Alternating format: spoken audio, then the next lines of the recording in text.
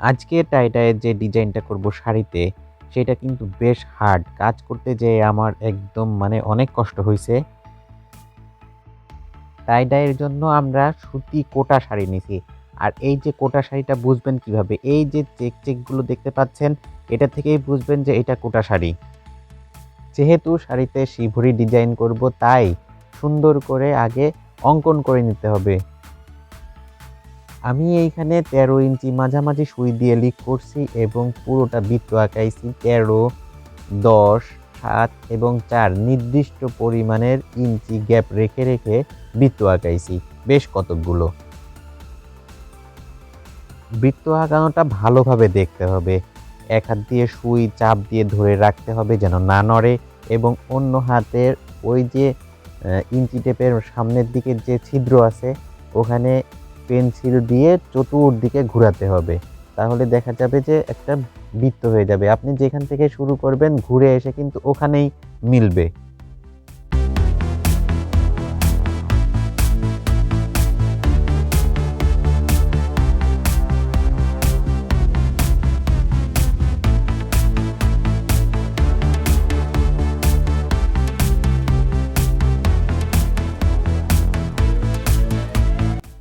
বৃত্ত আঁকা হয়ে গেলে এটা পুরোপুরি সেলাই করতে হবে। আর বৃত্তর উপরে যে দাগগুলো আছে, এই দাগের উপর দিয়ে সম্পূর্ণ সেলাই করতে হবে। এরকম উপর নিচ উপর নিচ উপর নিচ উপর নিচ করতে করতে সেলাই করতে হবে। ডিজাইনটা কেন হার্ড বললাম? আগে দাগাও, পরে সেলাই করো, তারপর আবার কুচি দাও, তারপর ভাঁজ করো, পলি করো, রং করো, কত কিছু।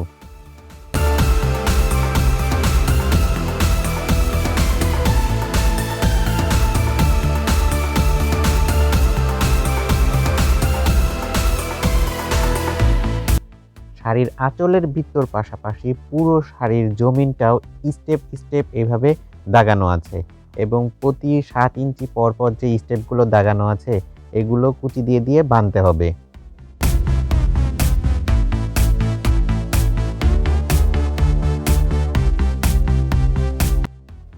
স্টেপগুলো বাঁধা হয়ে গেলে শাড়ির যে অংশে বৃত্ত আঁকানো আছে, সেই বৃত্তগুলো বাঁধতে হবে। এই যে এইরকম সুতলিগুলো থাকবে, এই সুতাগুলো ধরে ধরে সুন্দর করে টান দিয়ে তারপরে বাঁধতে হবে।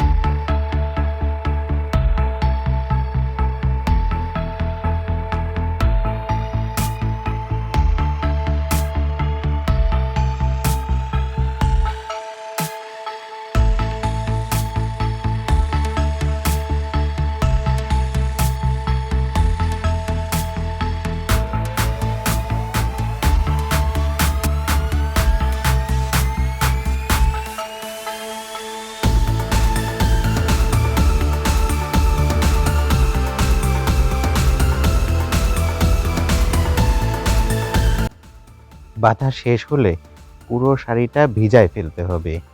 ভিজানোর পরে রং করতে হবে। তো আমি এখানে সবার প্রথমে অরেঞ্জ কালার করছি, তারপরে করব অ্যাশ কালার। এই শাড়িটাতে মোট 5টা কালার হবে। আর একটা কালার যেন অন্য আর একটা কালারের জায়গায় না লেগে যায়, তার জন্য সিকিউরিটি দিতে হবে। কীভাবে সিকিউরিটি দিবেন? পলিথিন দিয়ে পুরোপুরি পেঁচাই দিবেন। ওই যে 4টা স্টেপ থাকবে, ওই যেটা কালার হবে সেটাই পলিথিন দিয়ে পেঁচাই যদি দেন, তাহলে একটার কালার অন্য আরেকটাতে লাগবে না। এই যে আমি এই যে এইখানে দিছি দেখেন, এই যে পলিথিন দিয়ে পেঁচাই দিছি। এইভাবে বাঁধতে হবে যাতে একটার কালার অন্য আরেকটার কালারে না লেগে যায়।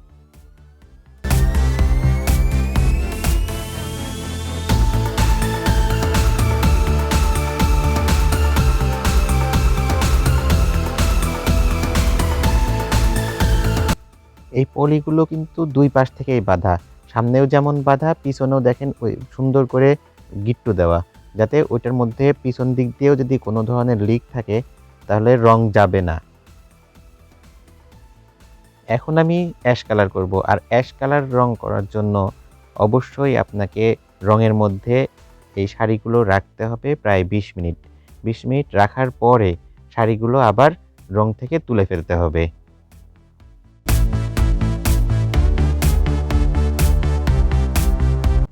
রং থেকে তোলার পরে সুন্দর করে ওয়াশ করতে হবে, যেন ওই রংটা অন্য কোনো জায়গায় না ছড়ায় যায়। তার জন্য সুন্দর করে ওয়াশ করতে হবে এবং সুন্দর করে আবার বেঁধে ফেলতে হবে। তারপরে করতে হবে ইয়েলো কালার। আচ্ছা, কিছু কিছু রং করা দেখানো হচ্ছে না, কারণ ওই পলি করার পরে শুধুমাত্র রংটা ঢালা, ওটা দেখানোর খুব একটা দরকার আমি মনে করতেছি না এখানে। আর যদি ওইভাবে দেখাতে যাই তাহলে ভিডিও অনেক বড় হয়ে যাবে, আপনারা বিরক্ত বোধ হবেন। তার থেকে বোঝা যায় মোটামুটি এরকম করে ভিডিওটা আমরা কমপ্লিট করি, হ্যাঁ? পলি করার সময় আপনার বাঁধাটা কতটা মানে টাইট হচ্ছে সেটা কিন্তু আপনাকে নিশ্চিত করতে হবে, ভালো মতো চাপ দিয়ে দেখে নিশ্চিত করতে হবে। তা না হলে কিন্তু সামনে দিয়েই রং চলে যাবে, যে এই দিক দিয়ে রং একদম ভিতরে চলে যাবে, ওই যে কাপড়ের মধ্যে যে ছড়ায় যাবে। পলির উল্টা দিক থেকেও যেন কোনোভাবেই রং না প্রবেশ করতে পারে সেটা নিশ্চিত করার কারণেই কিন্তু এইখানে বাঁধা হয়, হ্যাঁ?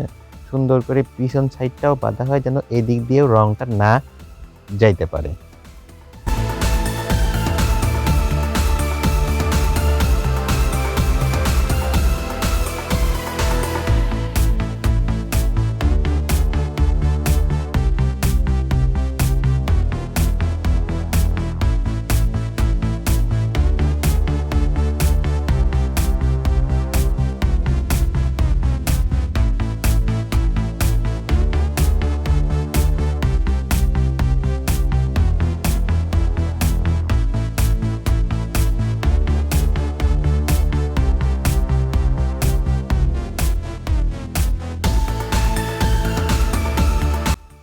এখন যে রঙের জন্য সবকিছু প্রস্তুত করা হচ্ছে সেটা হচ্ছে গ্রিন কালার।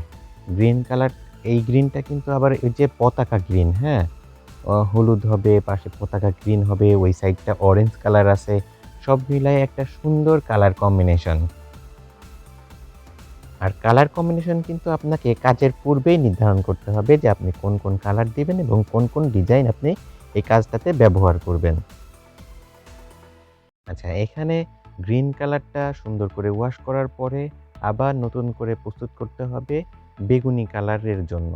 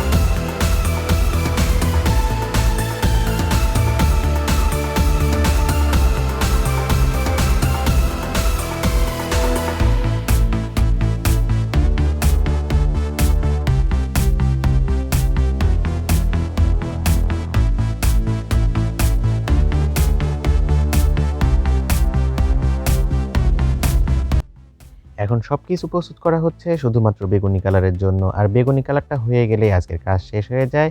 আমিও বাঁচি, আল্লাহ হাফেজ বলতে পারি।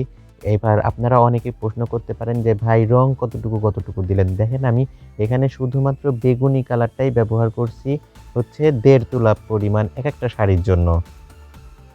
তাহলে বাকি যে স্টেপগুলো আছে আপনারা ওগুলো আস্তে আস্তে হিসাব করে নিবেন প্লিজ।